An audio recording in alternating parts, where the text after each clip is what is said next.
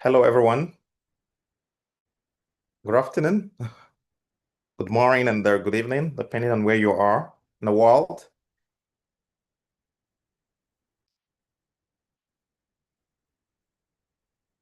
I would like to welcome you to the September webinar, and a warm welcome to you all, wherever you're joining us from.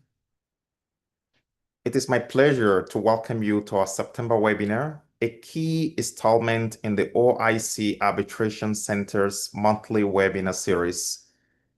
Today, we are focusing on a critically important topic for the future of dispute resolution, which is building international mediation, mediator accreditation, the emerging role of the OIC Arbitration Center, and global trends.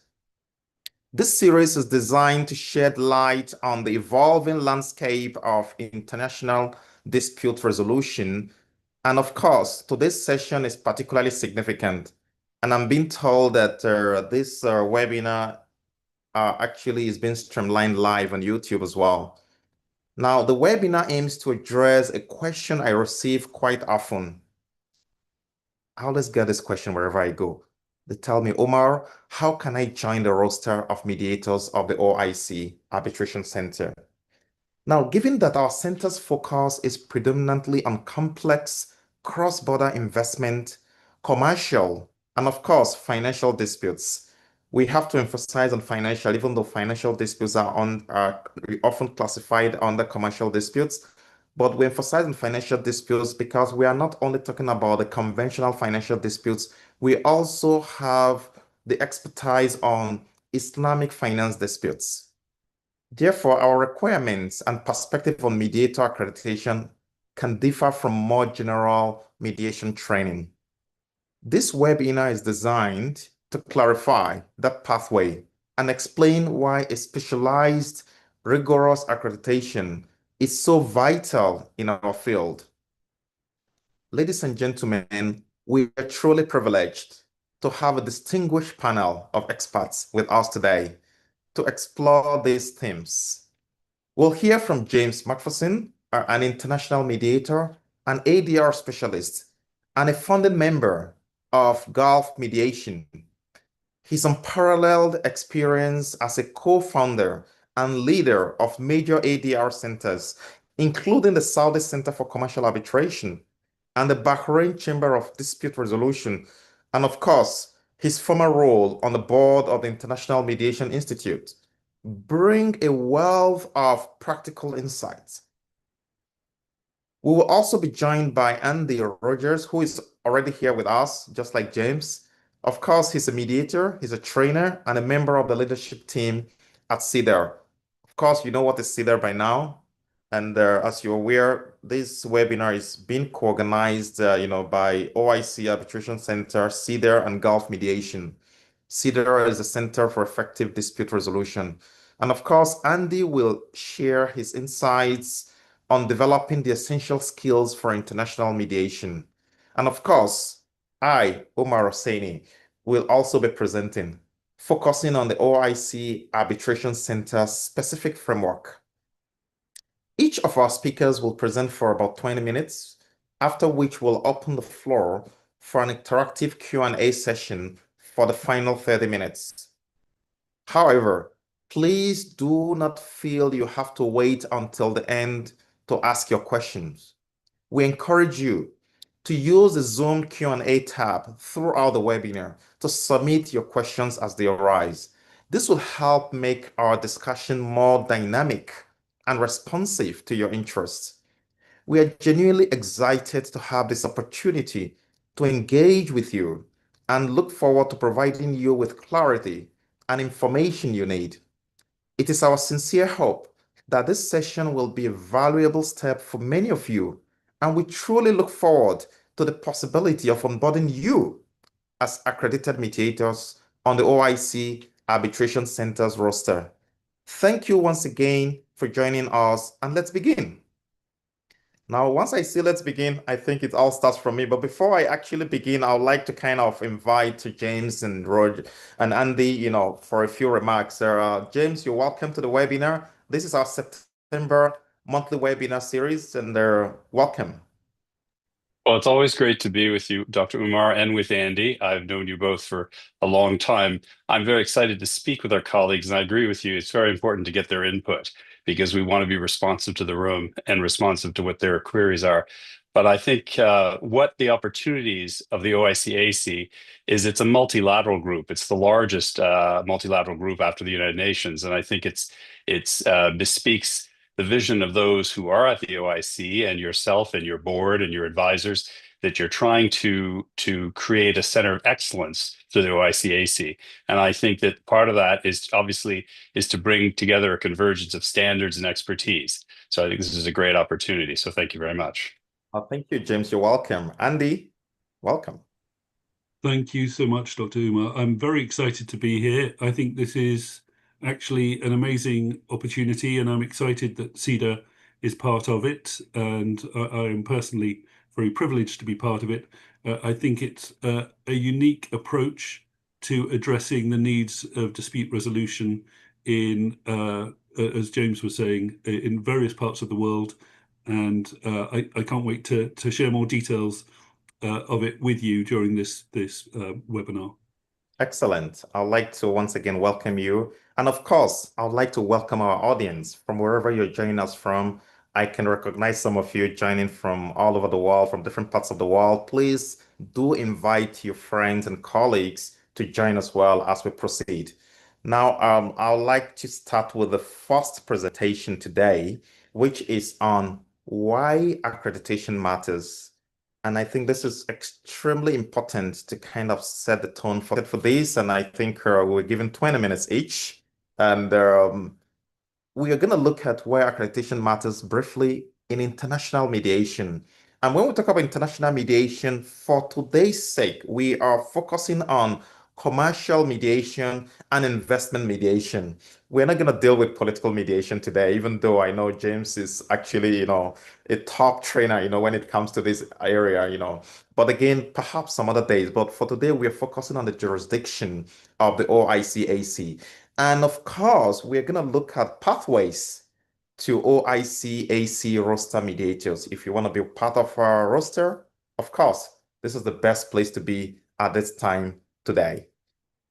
Now, why accreditation matters in international mediation. And whenever you see the phrase international mediation, always remember my focus is on investment mediation, particularly when we talk about investor-state dispute settlement and commercial mediation. Now, the core benefits of international accreditation, of course, it enhances your credibility and trust professionally. This is extremely important when it comes to establishing a globally recognized standard of competence and ethics. Once you have this, and you'll see more later why I said this, when you kind of try to, obtain an international accreditation, unlike, the professional legal practice where you need license to practice across the world, even in some countries like Canada, like even the United States, I mean, you need licenses to practice in different provinces, and states. Once you are internationally accredited, definitely your competence actually is recognized globally. So you do not need to go through their kind of bar program or the solicitor program, as it were. Of course, that gives assurance to parties of the mediator's skills and knowledge. And it's really important that adherence to particular codes, and that's why we'll be talking about code of ethics as we proceed today. Now, we talk about mitigation of risk when you use unqualified or unprofessional practitioners. This is something very important for us to look at. We have a lot of people out there claiming to be mediators.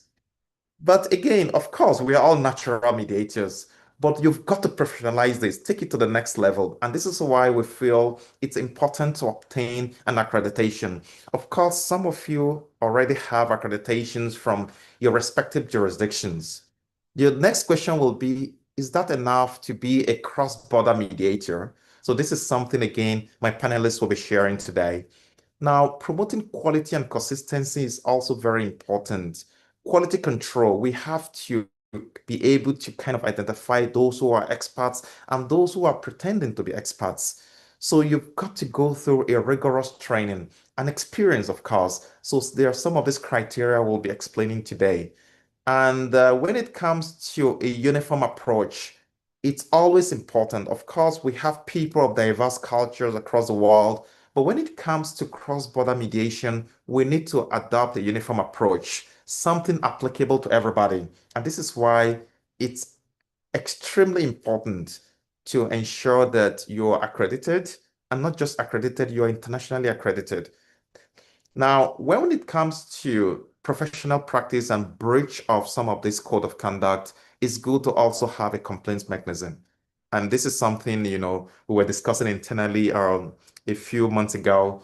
We introduced a code of ethics for our arbitrators here at the OIC Arbitration Center, and we do have sanctions. And someone said, how come you have sanctions? I said, yeah, we can blacklist. We should have the right to blacklist any arbitrator. So, of course, we're going to get there even for mediation because we want best practices. When it comes to investor-state disputes, we're not just talking about just a family dispute or something relating to, buying and selling of an iPhone or a car. No, we're talking about public policy issues, we're talking about environmental related issues. These are fundamental.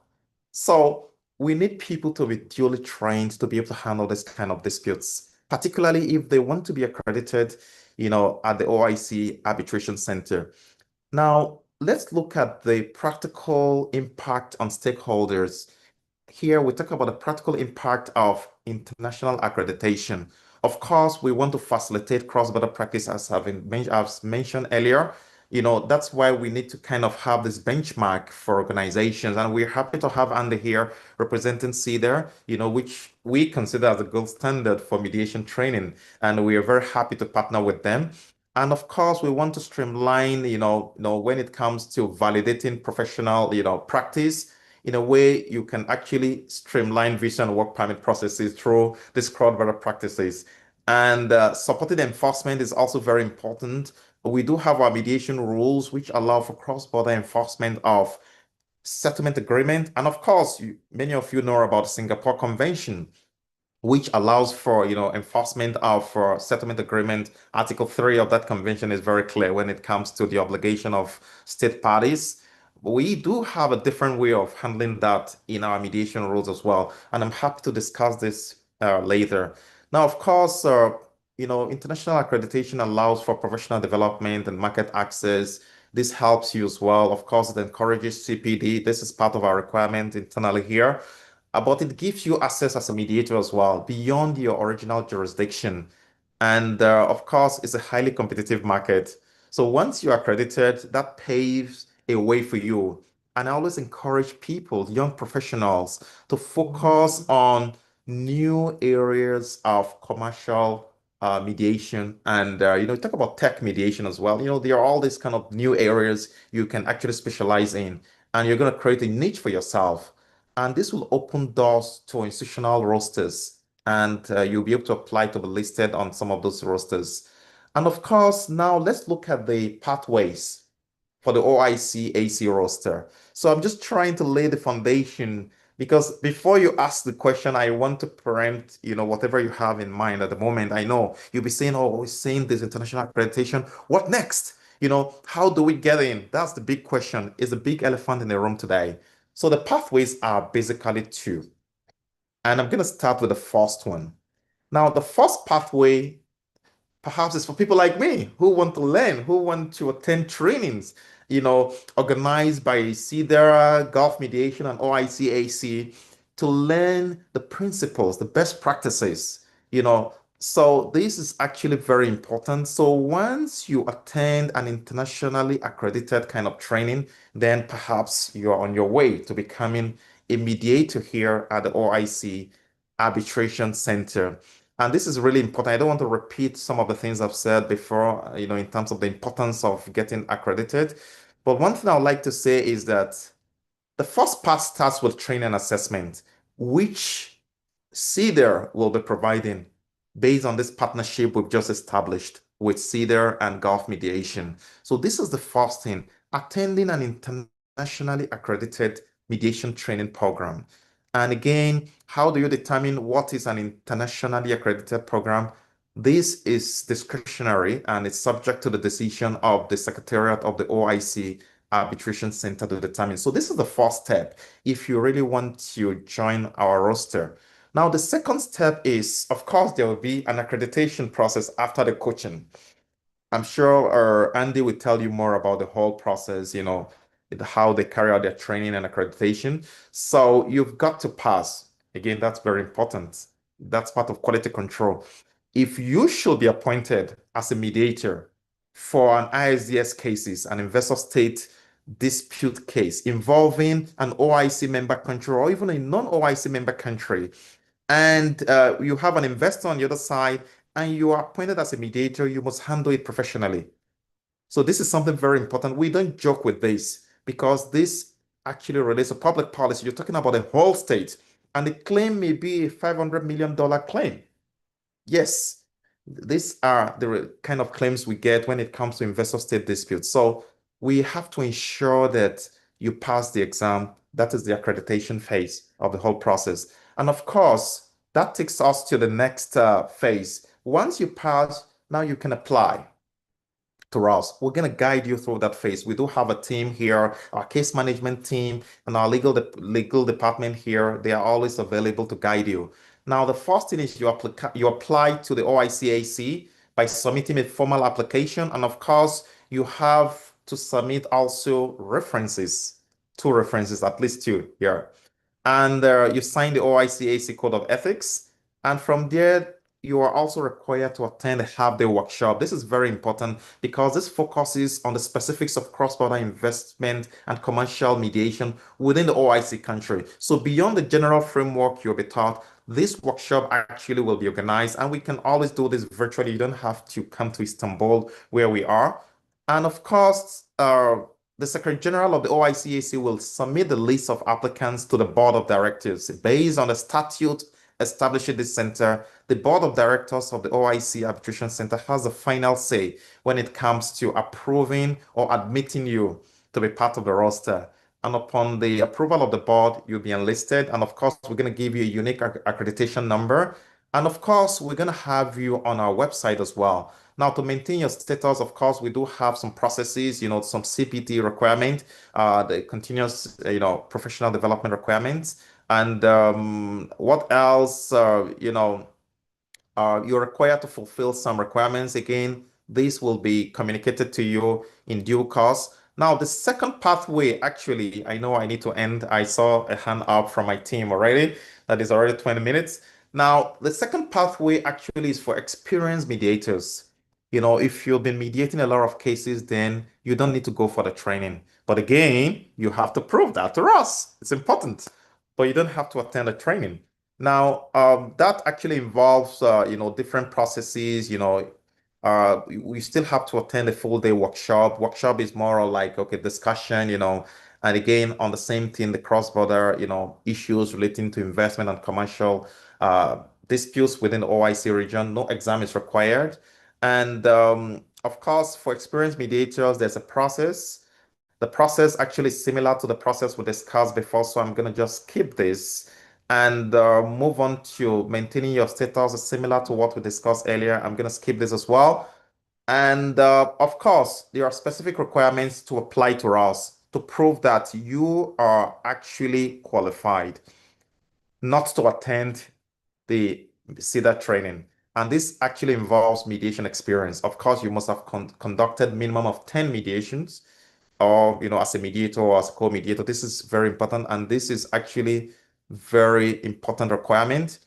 Of course, the CBT requirement is also there. You must have completed at least 5 hours of mediation specific training within the past 12 months before your application. Language proficiency, of course, English is encouraged, but we also encourage Arabic and French, at least one of the languages, to accommodate all the OIC member countries. And legal knowledge of common law, civil law is required, and of course, it's good to also familiarize yourself with the OIC-AC mediation rules.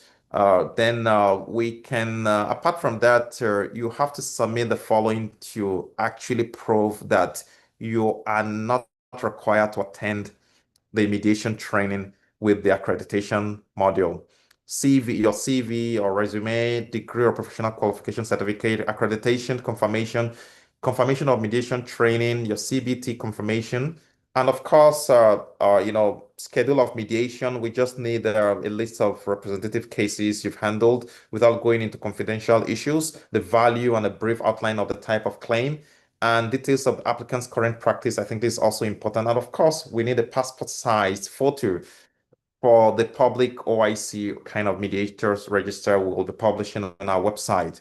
Again, this actually helps you to achieve two things, and I'm going to tell you this quickly. The roster of mediators of OIC-AC will not just be for internal use. It serves two purposes. Once you're listed there, then globally, anybody can appoint you for ad hoc mediation. Anywhere. And we may not even know about it. So you just do it. But again, you have a list that is trusted by all, and you're there, and people can just go there and say, okay, we want to appoint you. And they just choose you. That's it. The other one is the administered mediation, which we administer under our rules here in OIC-AC. We can actually choose also from the list. So it serves these two purposes. So we are producing a list for all the OIC countries and beyond. So this is a great advantage for you to join the list of mediators. We do have a list of distinguished mediators, which we'll be publishing soon. So it will be great to join that list as we proceed. Now, before we move on to the next presentation by James, I'd like to ask my team to kind of put up a survey we'll like to conduct very quickly within a minute. Okay, you have it there. Why do you think it is important to get certified, as a mediator? Now you only choose one out of the 5 items on the screen. The first is professional credibility and trust. To gain credibility, of course, to build trust in clients, enhance skills and expertise, to formalize my skills and learn, advanced techniques. Wow. Career advancement and opportunities. Of course, some people want to, get promoted and get new opportunities. To meet a specific organizational or legal requirement. Wow. To meet the needs of a dispute resolution center or my organization. Perhaps that's your option. Then the last one is all of the above, a combination of all of these reasons. This is quite funny. I hope nobody will choose all of the above. We really want to hear from you. So let's keep it coming, and let's see. Let's see the final result. We'll just give you a minute to do that. And I've been told the host and panelists can't vote. I wanted to actually vote. Unfortunately, yeah, they're not allowing me to vote. Well, that's quite smart of you guys, Thank you for putting up this. So I'm just gonna end the quiz here, and let's see the results, if possible, on the screen. Well, all of the above. I said it. I knew it was coming. Okay, you have 12% choosing because of professional credibility and trust. You have 18% saying, oh, I want to get accredited because of enhanced skills and expertise. Wow, that's personal kind of achievement. Now, 24% says career advancement and opportunities. Wow, yeah, interesting. 0% to meet a specific organization. And why? Oh, okay, that's quite revealing. So I think then finally, we have all of the above, 47%. Quite interesting. I think this actually dovetails well with the next session, which will be conducted by James. And of course, you're going to have the final session by Andy. Thank you so much for participating in this poll. And I would like to now invite James to start his presentation. Thank you.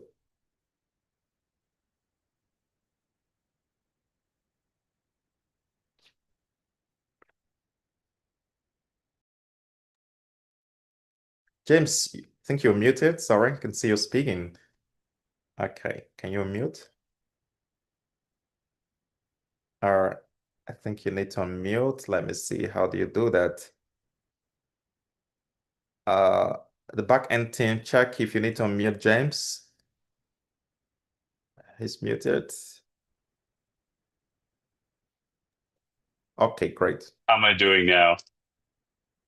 Excellent. So, welcome everyone. I'm just going to press play. If I can get this thing to accept play. There we go. Continue to share. Okay. So we've already been introduced. So I'll just press straight ahead. So I just wanted to talk about a couple things, referrals, because I think a lot of you are maybe either lawyers, accountants, business people.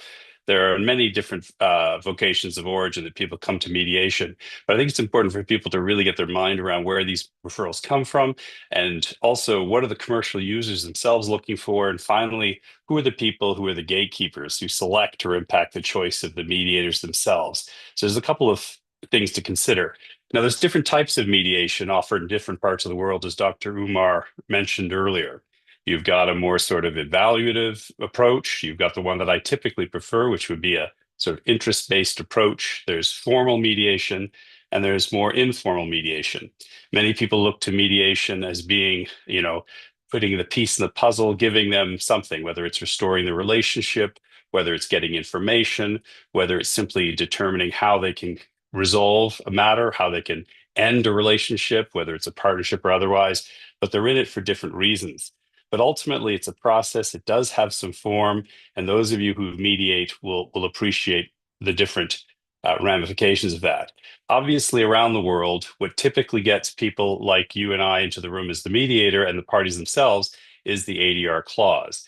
Now, that clause hopefully directs people before they go to court or before they go to arbitration or some other administrative or adjudicative body.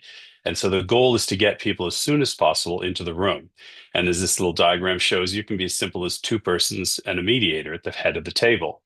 Now, that more informal approach around the world has people coming in, representing themselves, and they appear before someone that they trust as a mediator, typically accredited with a court or some other entity or a scheme.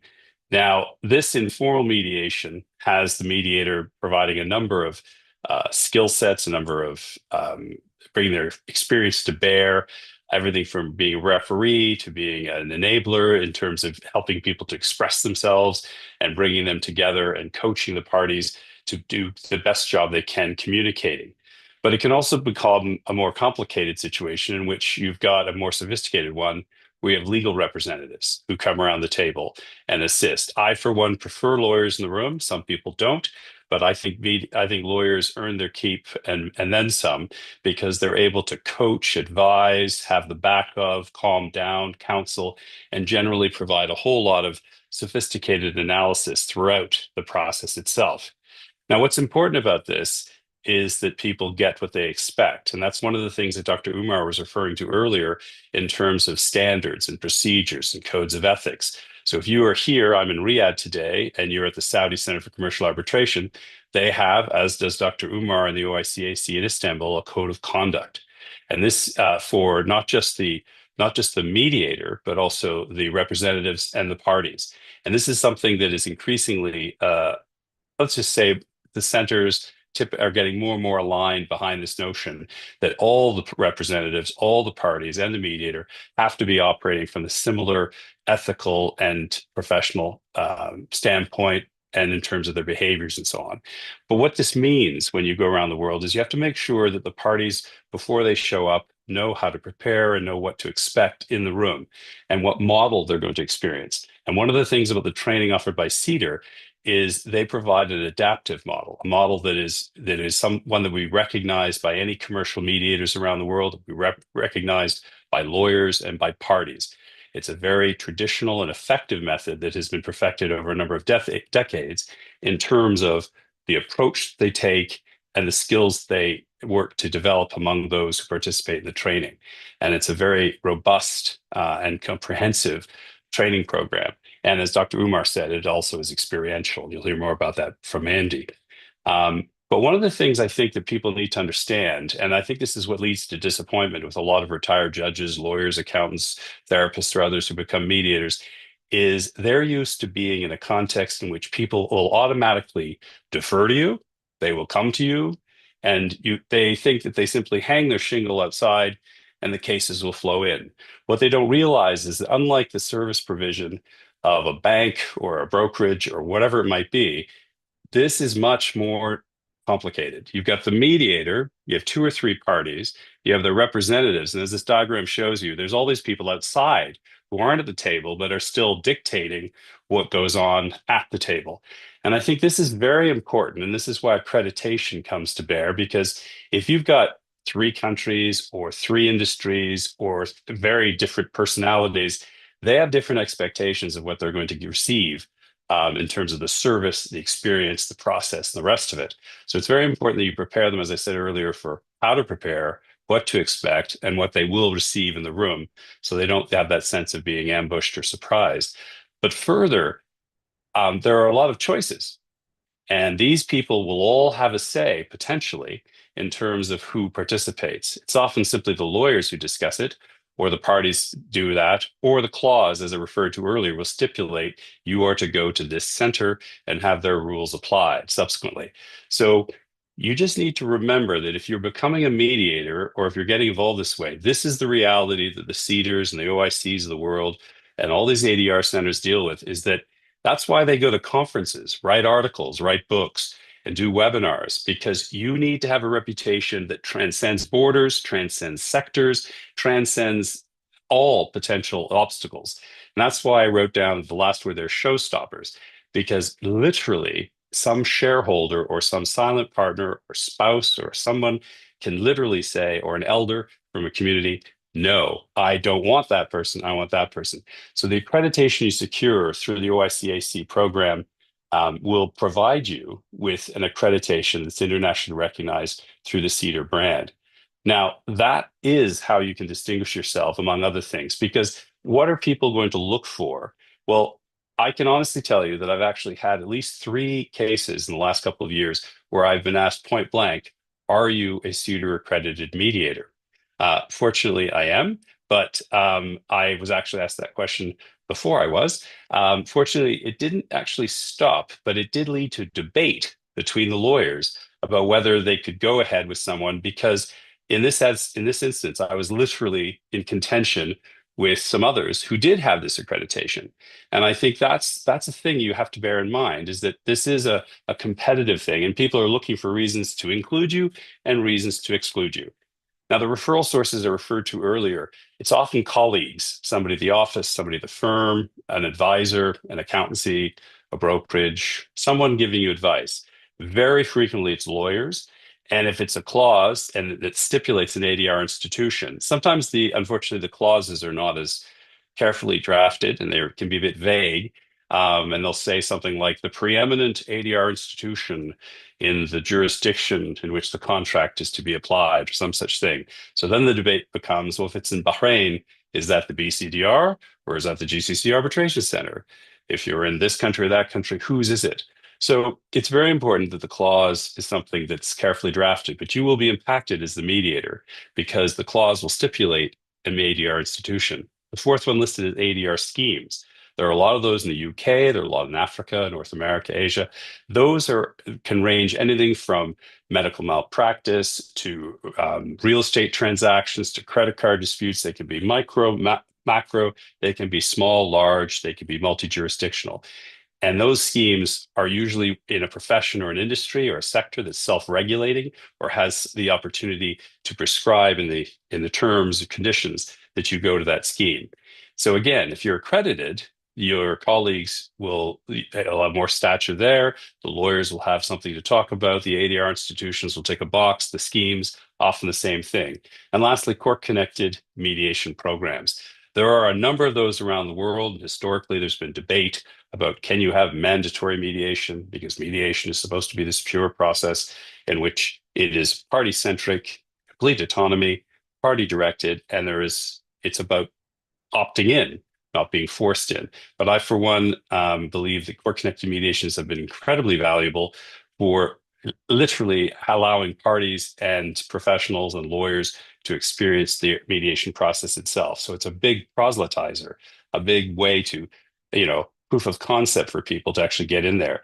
But to get on the court-connected programs, if you had something like a CEDAR accreditation program, obviously that would tick the box typically for those programs. In terms of gatekeepers, as I said earlier, you have to think about the business owner or owners, the senior management, the partners, a legal counsel expert, and others. Those are people who will all have a say as to who is going to be the mediator or who is not going to be the mediator. They will also have its determination as to who will represent them in the room. And you will learn, obviously, in the training how to determine if people have the right representation of their own, if they have the right representatives there, if they have the authority, and all these bread and butter issues that you need to button down before they show up to ensure for a successful process. So it's very briefly, what do commercial mediators look for? They look for the skills and experience. So they want to know you're a skilled and experienced mediator. That's why when Dr. Umar mentioned the OIC-AC roster, and the minimum of 10 mediation cases under your belt, that's very important because people never want to be the guinea pig, the test specimen, the patient one, whatever you want to call them. They want to know that this person has experience that they can bring to bear. But they want more than that. Typically, they want someone who has industry-specific knowledge or jurisdiction-specific knowledge. So people will say, and I've literally seen this often, they'll send a list of things that they want to know you've got. A, are you accredited? B, how many mediations have you done? C, have you done a mediation involving this type of dispute? D, are you familiar with the laws of Saudi Arabia? Or have you handled matters in Morocco? Or how are things in India for you? Have you worked there? Do you understand the various regulatory requirements and things of that industry? And then lastly, of course, cultural and linguistic, and sometimes that's even religious. People sometimes want someone from their group, but I've actually had situations where, because of different reasons, they want somebody who is from outside the cultural group or outside the nation in question or outside the religious group, because sometimes there's subsets. So again, it's horses for courses, as they say in the UK. The question is, are you the right horse? And that's why I think it's important for you to establish that credibility so that you can convey this to the parties with the skills and experience outlined, the industry knowledge, the jurisdiction, linguistics, and the accreditation. So when they're choosing the mediator, that has to be conveyed, and in terms of participating in mediation and making the decisions as well. Now, what you'll hear, and I just wrote this in italics, this is a particularly acrimonious dispute. It's a long-standing relationship gone bad. Our clients hate the entire company and they blames them for their misfortune. My client does not want to be in the same room as the other parties, full stop. Now, one of the things that they teach you through the CEDAR program is things like shuttle mediation, where you are able to have the parties separately and move between the rooms. But they provide, again, a flexible model that will enable you to either work with the people in plenary, where everybody's together, or to work with them and they're in separate contexts. Sometimes it is imperative to begin the day with the parties in separate rooms because the temperature is so high. So again, the interesting and useful part about the training that's being discussed is that you will be able to work on both of these skill sets, whether it is working with the people in the room and all that entails, or working with the parties separately and structuring that in a way that is useful and has utility and is helpful. Because there's a lot of things that go on in people's minds when you isolate them, and you need to be able to address those, make them feel comfortable, and really consider all the ramifications of whether they're together or apart. So users will ask, how do you stack up compared to the other mediators under consideration? Sometimes you know who those are, often you don't, but often you can guess because they'll say a country and a gender and an age or something, and you think, oh, must be so-and-so, must be her or him. So you need to be able to distinguish yourself.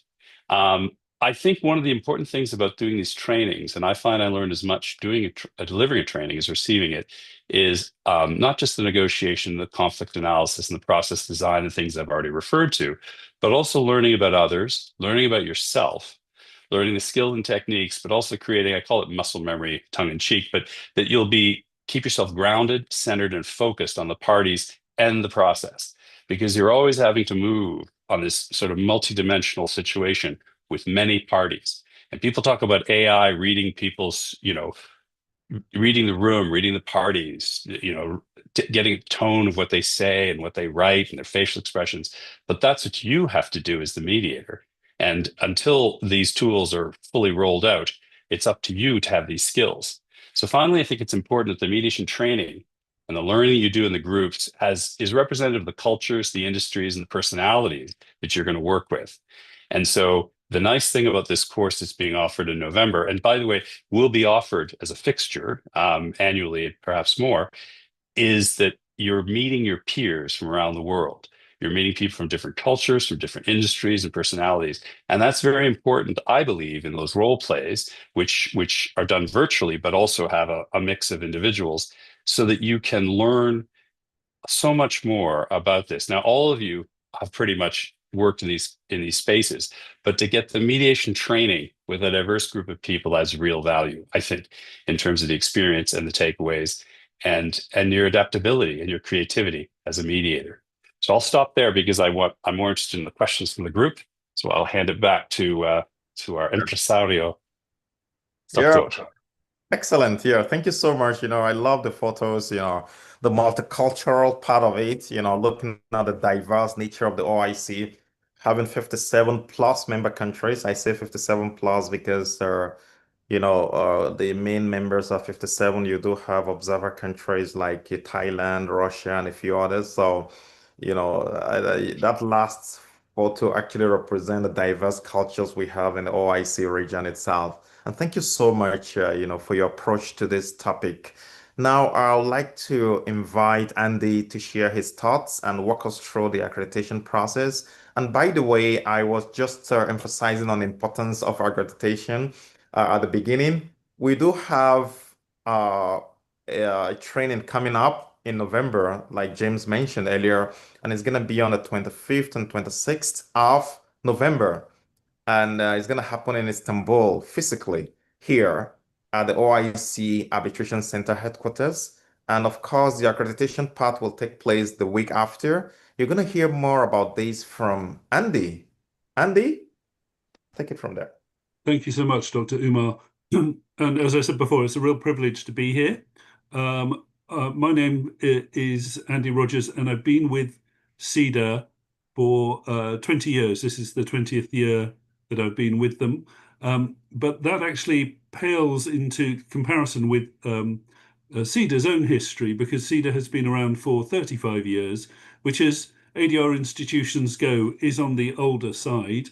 And one of the first things CEDA did when it was set up by a group of lawyers in the City of London who wanted to see a different, more business-focused approach to resolving disputes was CEDA realized it needed to find a way to train mediators.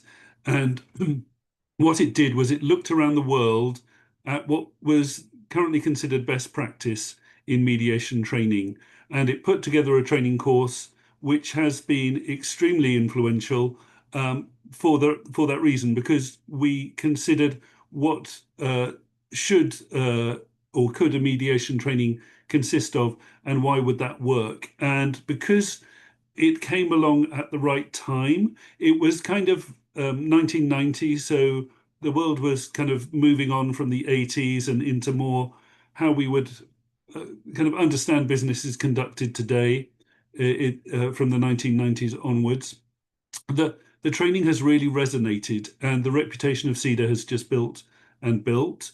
And we've been fortunate enough to work with just about every major organization in the world, from the United Nations and the World Bank onwards. We've worked with a number of ADR centers around the world as well. Our training has also been influential because we've been able to, people have seen and liked the model that we use in terms of training. So we've influenced other trainings, such as the Chartered Institute of Arbitrators training is closely related to CEDA's. And we've also, I mentioned training other ADR organizations. So we've run training courses for JAMS in the US, for AAA. We've also done, I mentioned training with mediation centers, arbitration centers, chambers of commerce.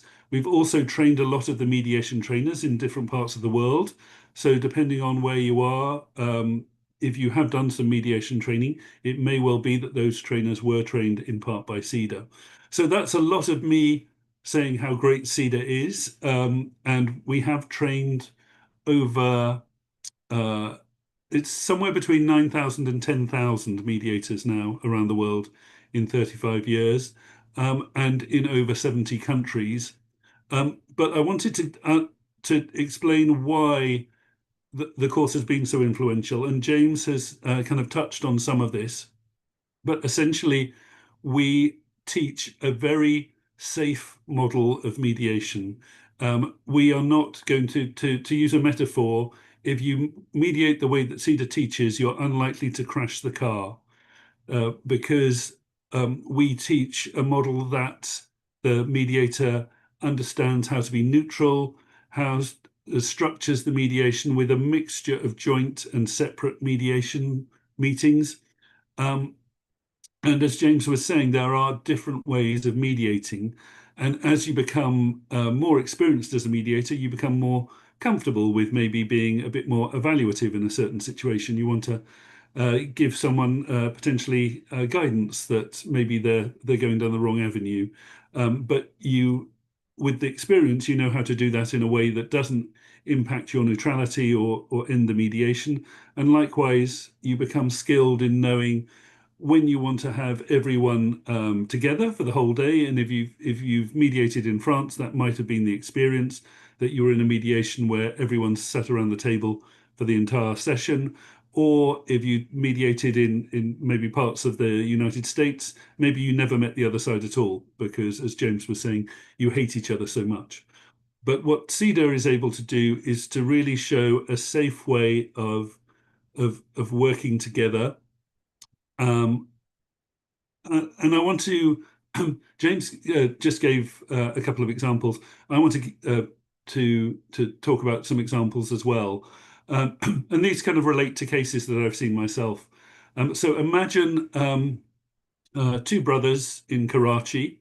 They're in business together, but they haven't been getting on, and the business is starting to fall apart, and things are getting very difficult.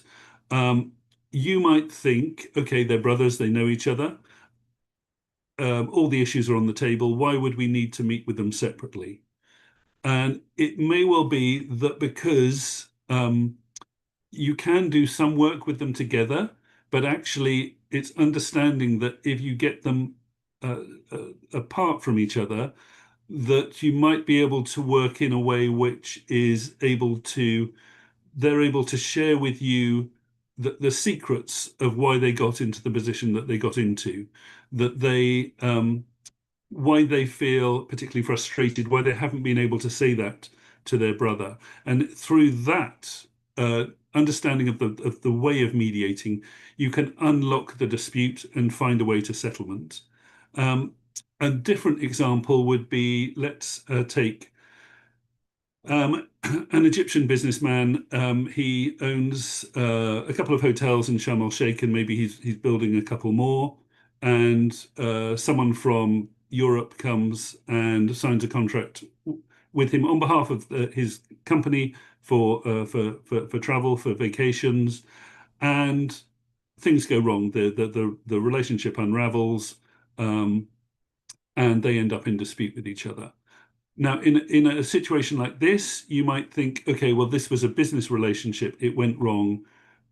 No one's going to be emotional in this. No one's going to feel particularly vulnerable. But actually, the mediator understands that by seeing the parties separately, that the businessman in Egypt might say, okay, well, maybe I overpromised and the construction didn't go the way I expected, and I feel a bit embarrassed about this.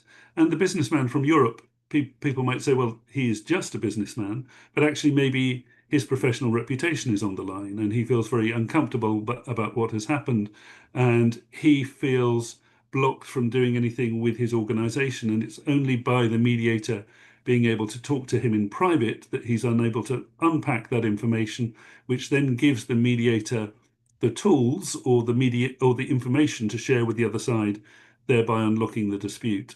So it's for these reasons that CEDA's training has proved as popular as it has done, that people understand, okay, if I get a CEDA mediator, then what they're doing for me is what they're giving me is something that is potentially very safe, but I understand that this experienced mediator will be able to bring kind of different elements to bear. Now, I think Dr. Umar mentioned that there is an assessment here that not everyone passes. The good news is that the pass rate is very high. It tends to be around 80% of people will pass the training. And if you don't pass, the majority of people are then able to potentially retake. And what we've done with our training, which consists of essentially 5 days, so there's a lot of preparatory reading to do. So I would advise you, if you decide to do this training, to also set some time aside before you do the training, maybe a day, a couple of days, for you to read the material. But the 2 days in Istanbul will be focused on theory and practice. So you will understand the theory of what CEDA teaches, and you will get a chance to practice it yourself. If you then decide you want to go on for assessment, and I think this is very advanced by OIC to structure it in this way, is you can say at the point of booking the first part, you can say, okay, I definitely want to move on to the second part. So you can book the second part immediately. And on that assessment part, you will get a day of coaching. So you will be in a simulated mediation all day, and you will see other people mediate, but you will be mediating yourself and get one-to-one feedback from our faculty of mediators. And we have a faculty of 40 practicing mediators around the world. They will give you tailored feedback, and then you will then go on in the following 2 days to role play and learn from others role playing, but in particular, you will be mediating and being assessed against a number of core competencies around your ability as a process manager, your ability to manage the content, and your ability to build relationships. And through all of that together, that gives a sense of your competence as a mediator. And the reason that we have the two assessments is we don't just want someone to be judged on kind of one day, which might be a good day, might be a not so good day. So we want people to have two chances to show us what they can do. And that will run online. So if you have a busy life, you don't necessarily have to clear an entire week to spend in Istanbul. You get the pleasure of going to Istanbul. Well, I do believe there will be other activities in Istanbul you can enjoy as well.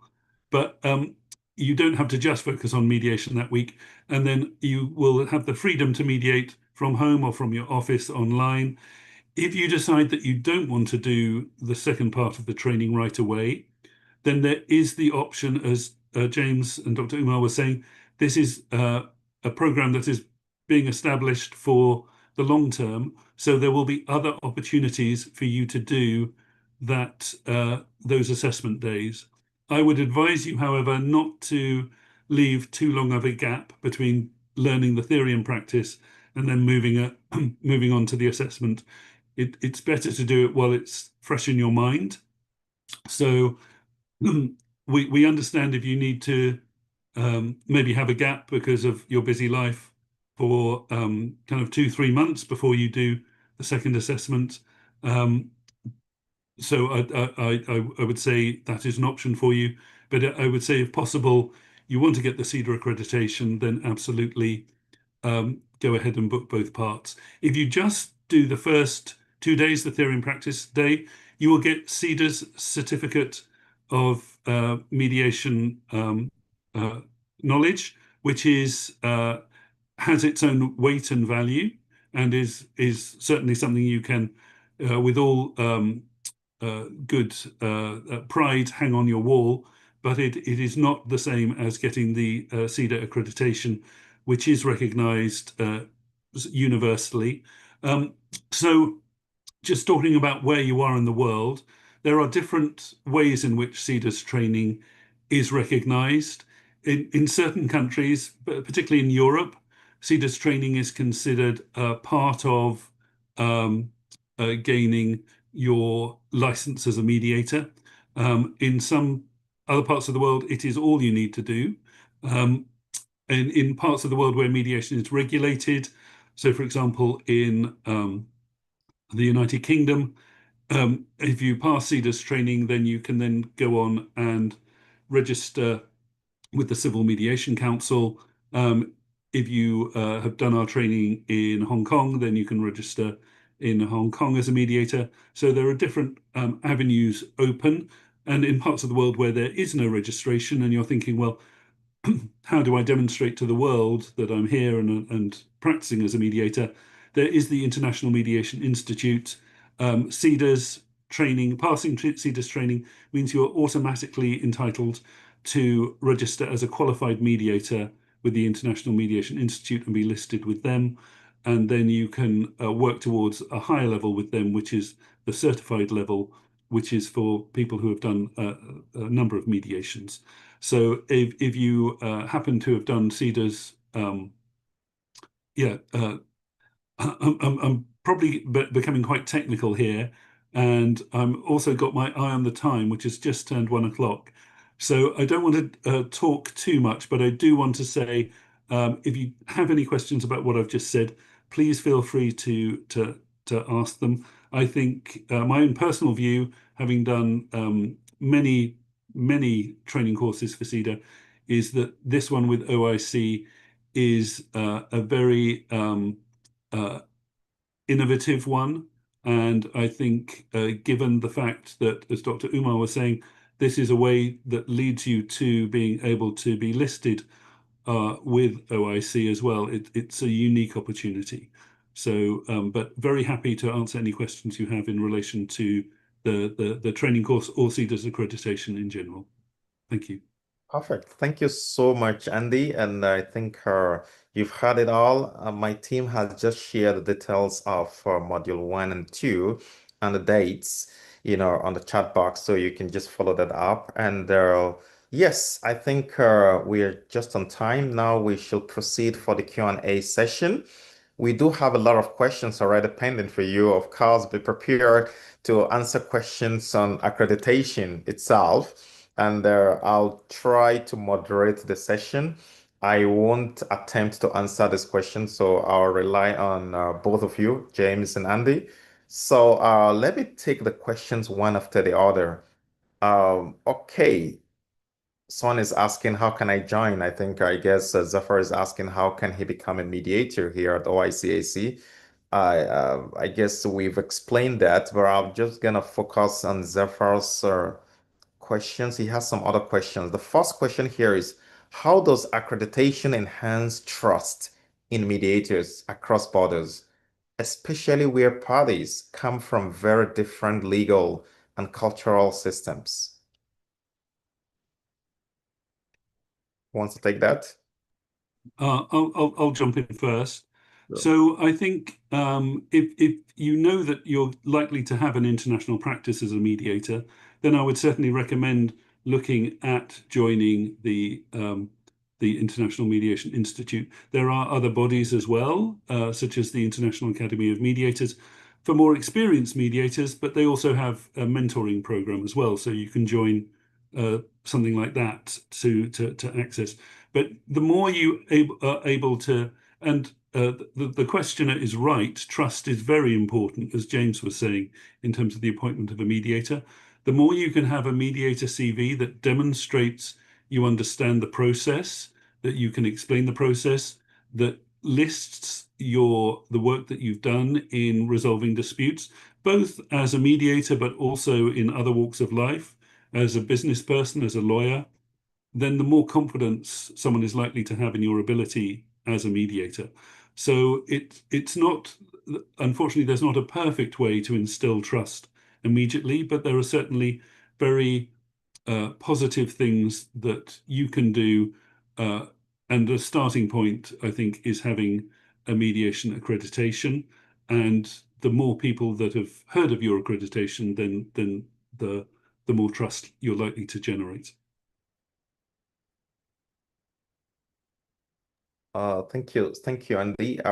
James, do you want to say anything on or do you have any comment on that? Okay, great. Now, the next question actually is this from Zafar as well. In practical terms, what safeguards does accreditation provide to ensure mediator competence and ethical conduct? Again, I remember mentioning the code of ethics and we do provide for even sanctions in our code of ethics for arbitrators at the moment. So the same thing actually will be applicable to mediators because of the nature of the cross-border disputes we're talking about. We're talking about investor-state disputes. We're talking about high-value international commercial disputes. So I think the bar is high for this. So now, yeah, James, go I ahead. was just going to say one thing, which is that the difference between arbitration and mediation primarily is that arbitration is a determinative and usually binding process, and then mediation, on the other hand, is binding contractually. And with the Singapore Convention, there's other ways in which it can be enforced. But the bottom line is your credibility is something you have to have with both parties, and it has to remain, it has to endure throughout the whole process. And that credibility or trust can evaporate very quickly. I think the accreditation will simply, the training, and it will expose you to a lot of the ideas, concerns, challenges, and things that you have to be mindful of in your own conduct, in your own behavior, and in the process to uphold and maintain the process in such a way that you keep that trust. I think that this is not to suggest that arbitrators are corrupt, but there's obviously, if you were to manage to find one and you properly compensated them, they might be able to do something that is advantageous for you. But in a mediation, because of the nature of the process, I think people get wind of that very quickly.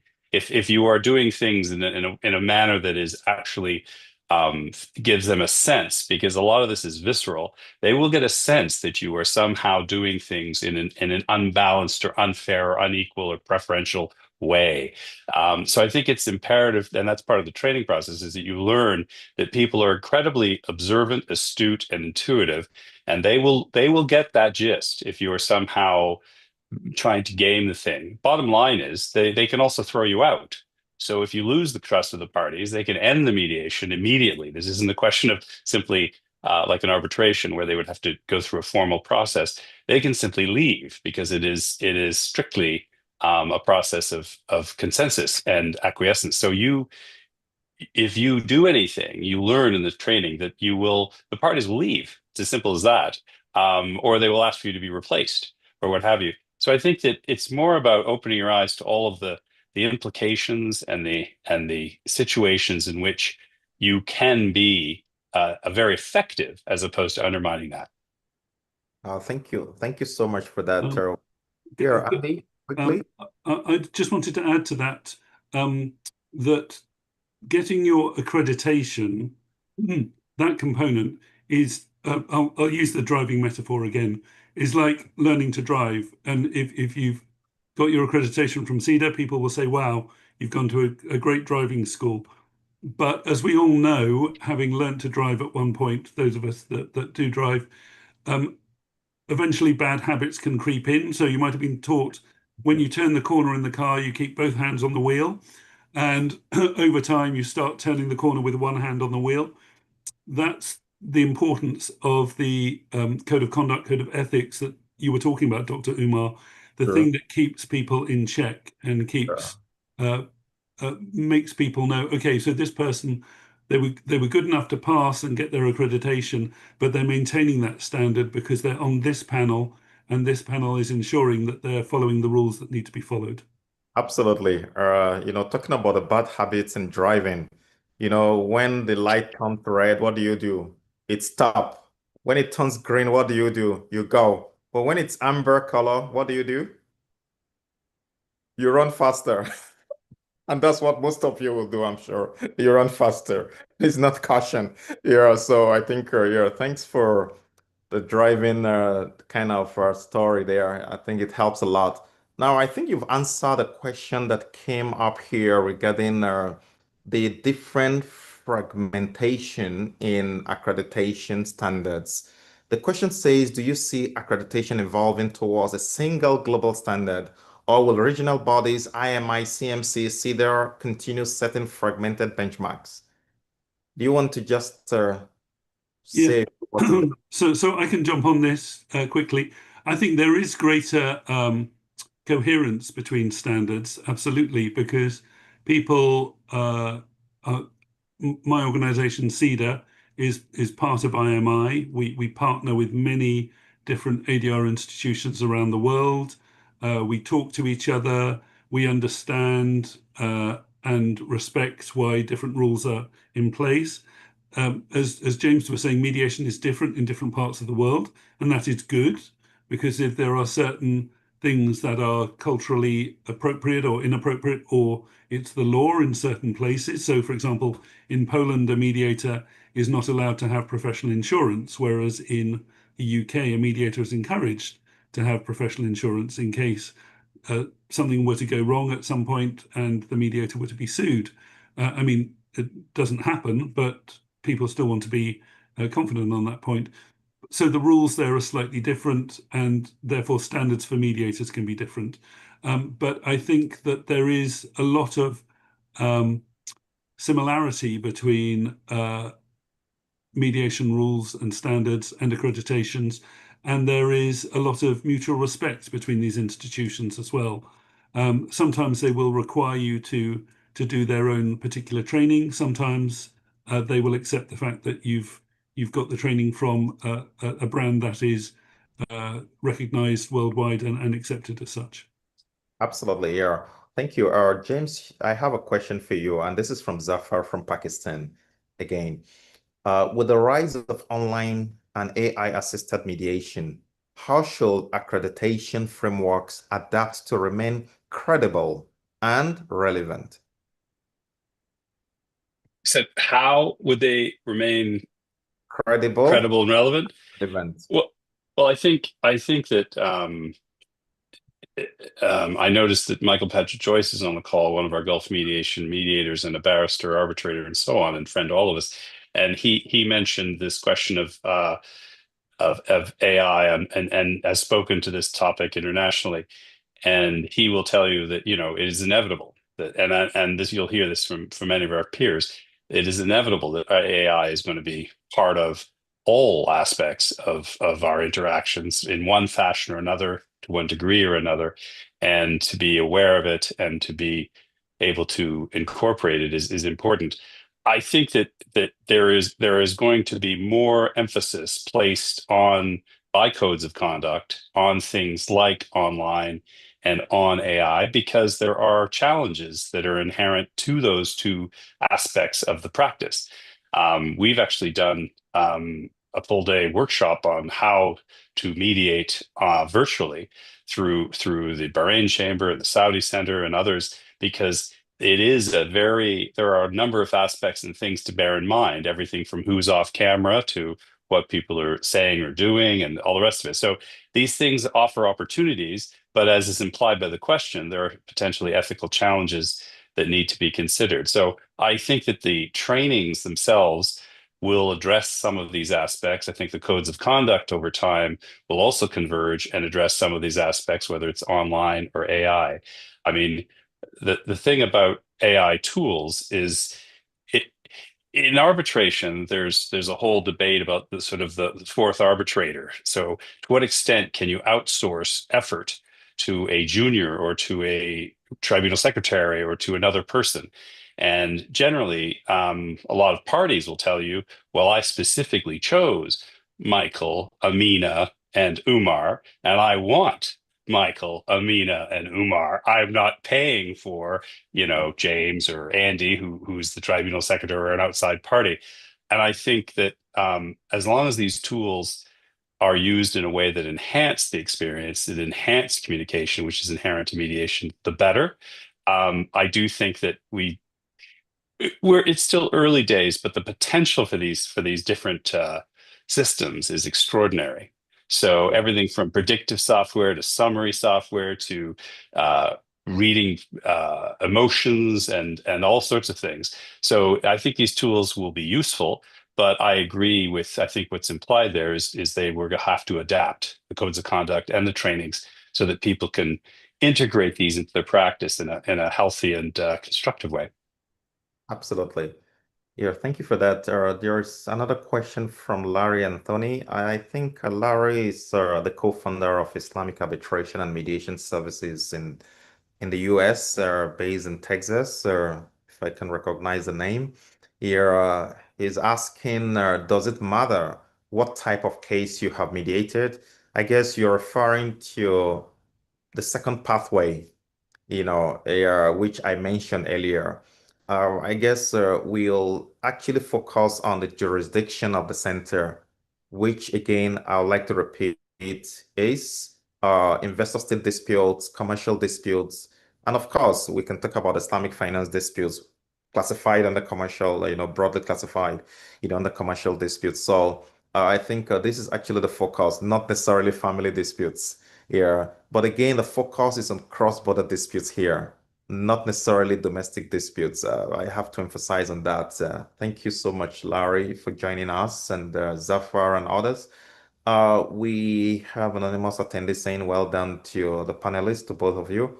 And another attendee is saying, super presentations. Please answer my above questions before finishing. I think we've answered those questions already. I don't know which questions we are referring to here. And Zafar is also, yes, James? I was just saying, I see that Michael posted, I believe, 3 questions, Yes, if I I'm coming to recall that. correctly. Oh, Absolutely. sorry, apologies. Oh, you're going chronologically. All right. Absolutely, absolutely.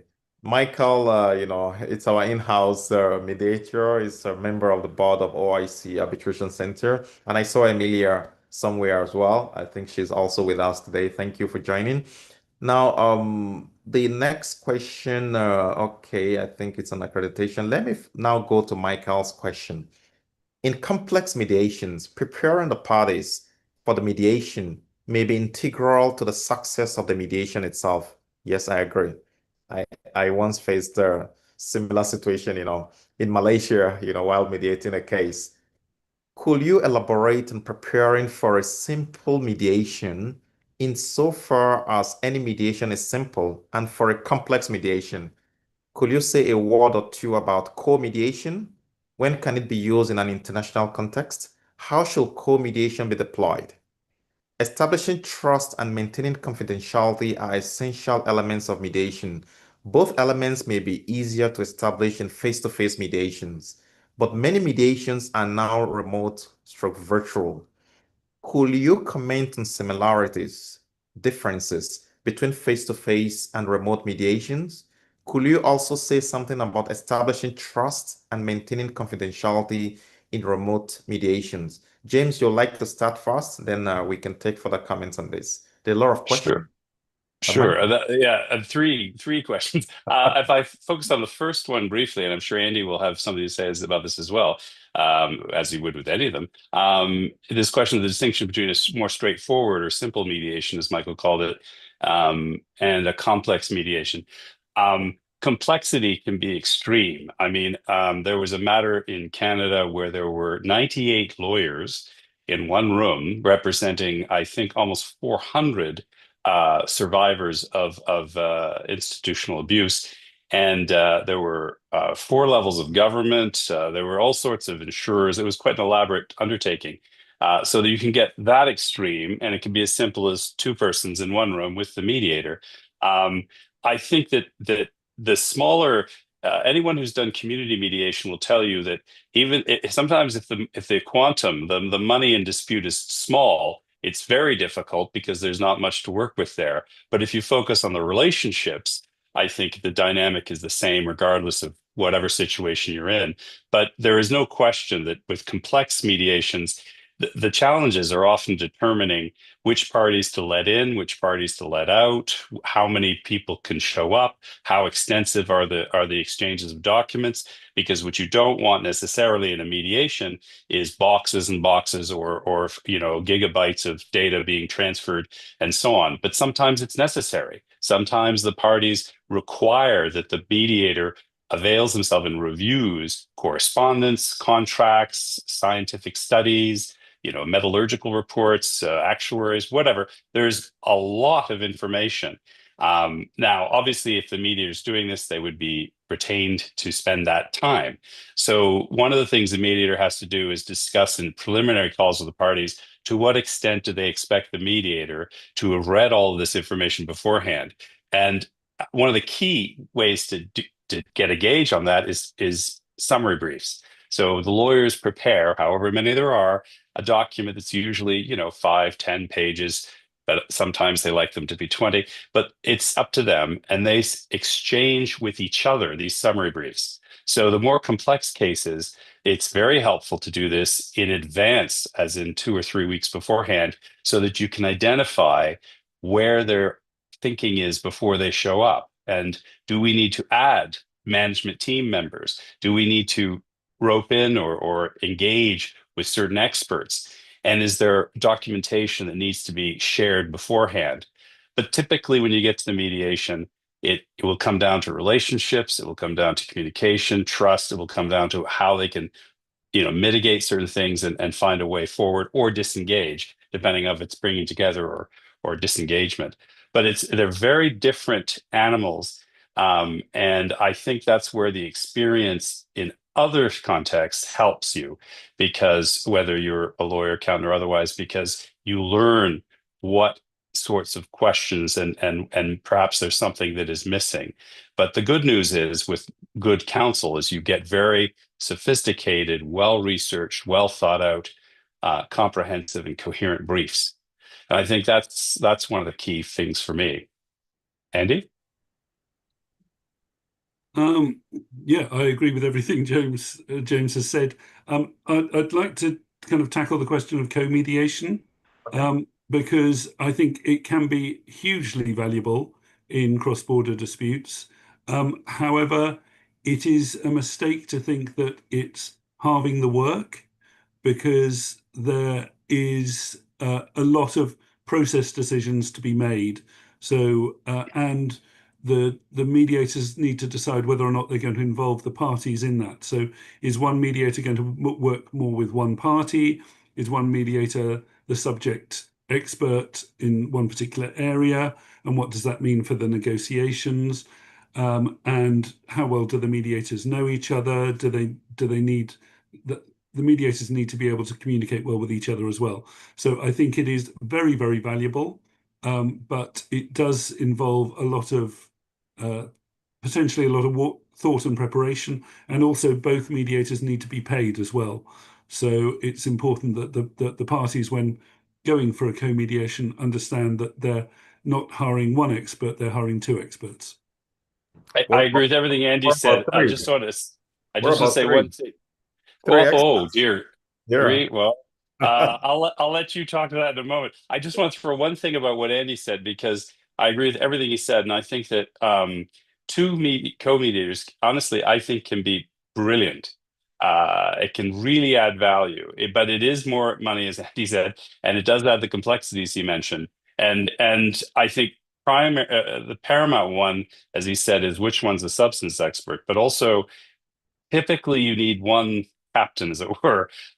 So because there can be disagreements between them. Now, if they work well together, they can do a two-person act quite well. But if they don't know each other, as Andy suggested, it might be better to sort of have the understanding that this person's the procedural expert and this person's the substantive expert.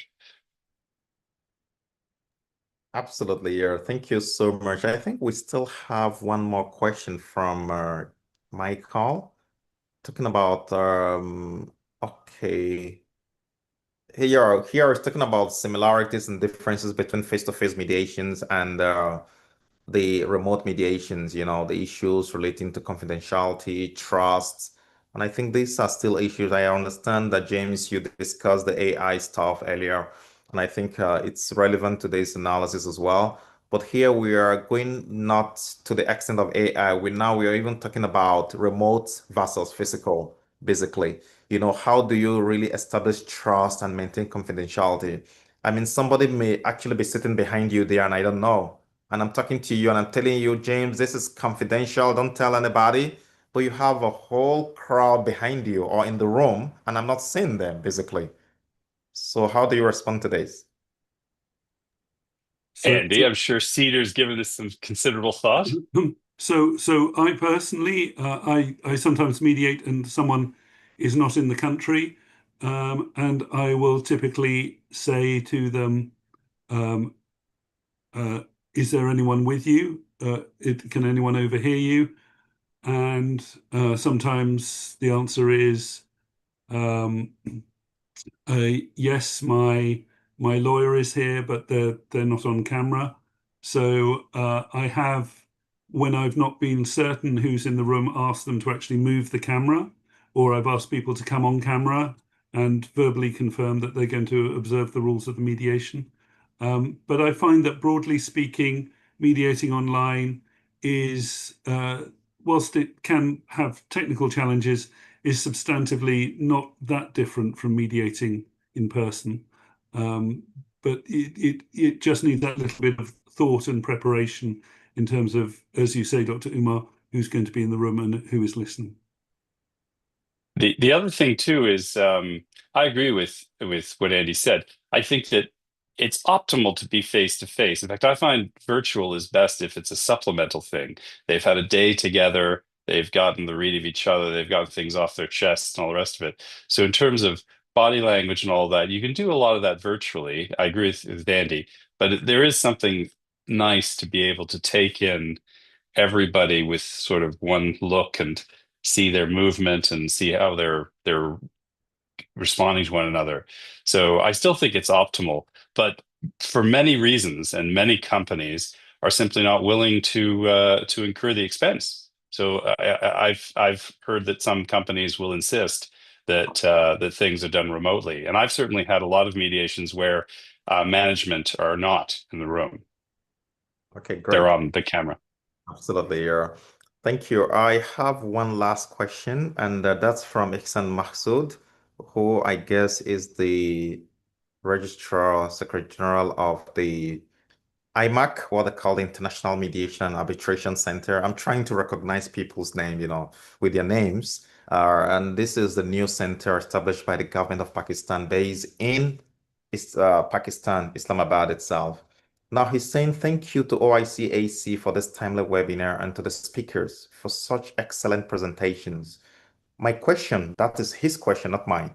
How does OIC-AC see its role in shaping Mediator accreditation standards and aligning them with the global best practices and in providing support to other stakeholders across OIC countries? I guess this is my question. This is for me. Okay, great. I mean, this is part of what we're doing today. And as you've seen in the chat box, we'll be having the first accreditation program led by CEDAR and Gulf Mediation, and that's going to happen on the 25th and 26th of November. So this is part of shaping the accreditation standard. So we're moving gradually to a kind of a region-based standard of accreditation. And that's why beyond the training itself, remember, you're going to have the first week will be physical in Istanbul on the 25th and 26th of November. Then the following week, you have the virtual coaching and accreditation, the assessment phase. And after that, you're still kind of required to attend a half-day workshop on the specifics of the OIC region, basically, which we'll be conducting, and people like James and other leading mediators will be attending that. They'll be coordinating that workshop. We can actually do it virtual as well, based on demand. And that is really, really important in shaping the standards for the OIC member countries. And I think this is why we're starting with this collaboration. This is the first time we are doing this, and this is the first time this is happening globally. I mean, within the OIC region itself, with this kind of collaboration. So it's a smart partnership kind of idea we brought together. So I look forward to seeing you and your team, from Pakistan, basically attending the CEDAR training here in Istanbul, and we look forward to welcoming you. Thank you for that brilliant question. Yes. One quick thing, and perhaps you can share your vision for working with the centers, because that is part of your plan. Okay, great. Yeah, you're right. I was trying to not to say it, but I think it's really important. Now, part of actually taking this discussion to the next level is to host all the arbitration centers and, of course, the mediation centers within the OIC region in Istanbul. So I look forward to hosting your organization as well, and I've sent out invitation letters to most of the mediation and arbitration centers within the OIC. We are all gathering here in Istanbul in November on the 28th of November, and that's a Friday. So we're going to have a full day program followed by a dinner, And that is the first time the OIC region will be bringing everybody together here. So we look forward to welcoming you. And that is part of the process of setting the standard for the region itself. We have 57 member countries plus observer states. So this is the way to go. We need to come together. And through this partnership, we'll be able to establish the accreditation standard you're talking about. And I really look forward to welcoming you here. And thank you, Jane, for reminding me, to say that. Now, finally, before we go, we do have some last comments. Okay, we have Adam Abdulkader saying the webinar has enriched me intellectually and professionally, much appreciated. And of course, from our own Michael Pritchard, thank you all. Excellent webinar. Now, to conclude, I have this quick information I need to pass across. Now, we talked about the next month webinar. We're going to have another webinar next month. And again, that will be focusing on international commercial arbitration in the GCC itself. Dr. Imad Hussein will be joining us from Abu Dhabi for that webinar on the 28th of October this year at 2 p.m. Istanbul time. Please join us for that webinar on international commercial arbitration in the Gulf. So if you want to practice there as well, this is an opportunity to learn more about how to kind of progress your career there. Now, finally, in November, we're going to have a whole week of activities, trainings, and accreditation. And this accreditation led by CEDAR is also one of those activities. I'm going to start from 24th of November. That's a Monday. So the Monday we start with a whole day training on contract design.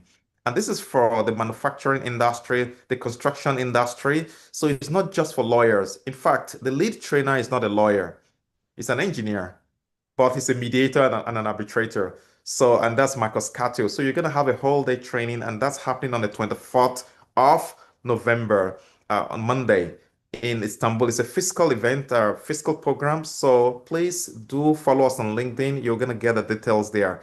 Now, on the 25th and 26th of November, the following day, you'll be having the CEDAR physical training program, and that's for Module 1 on the principles and practices before you proceed to Module 2 on the coaching, of course, and assessment. So that's on Tuesday and Wednesday. Now, on Thursday, we're going to have a workshop co-organized with GAR. GAR is Global Arbitration Review. Of course, it's going to be GAR Live, and we're going to hold that here in Istanbul. It's on ISDS cases. ISDS is what they call investor-state dispute settlements, how to handle parallel proceedings, how to handle difficult cases. This is mostly targeted at government lawyers. So lawyers that are representing their governments in some of these cases will be invited to attend. Of course, if you're kind of a private practitioner, you're also welcome to attend.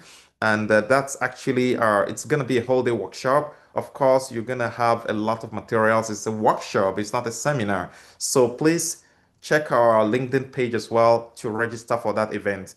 And the next one will be Friday. Yeah, we're on Thursday, then Friday. Friday will be the forum of all the dispute resolution centers within the OIC region. I'll be hosting them here in Istanbul for the first time in history to kind of explore ideas, cross-fertilize ideas, exchange notes, celebrate successes, exchange case loads, and forge ahead. Like the question we got from Ihsan earlier, we want to now think of a kind of global standard, accreditation standard as well for the OIC region. So this is the way to go. And thank you so much for being part of today's webinar. We look forward to seeing you again. And I would like to especially thank the panelists, James and Andy. It's been a great time, spending the past 1.5 hours with you. And of course, we want to thank you, the audience, for joining us, for your excellent questions today. And we look forward to seeing you again soon. Thank you so much. Take care and enjoy the rest of Thank your you. day. Assalamu alaikum. Oh, wow. Masalama. Goodbye. Cheers. Thanks. And thank you, Dr. Umar.